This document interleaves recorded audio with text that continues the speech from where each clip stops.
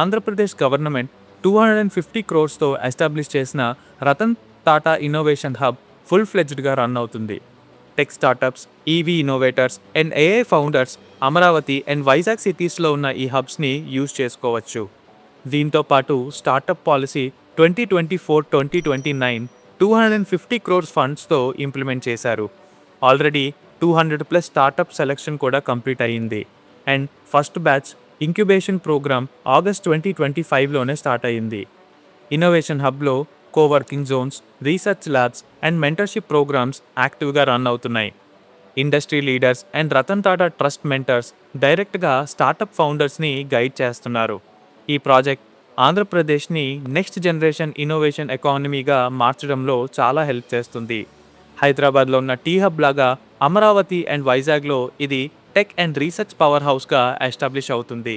And ఫ్యూచర్లో Vizag Amaravati belt south ఇండియాలో new startup కారిడార్గా మారుతుంది.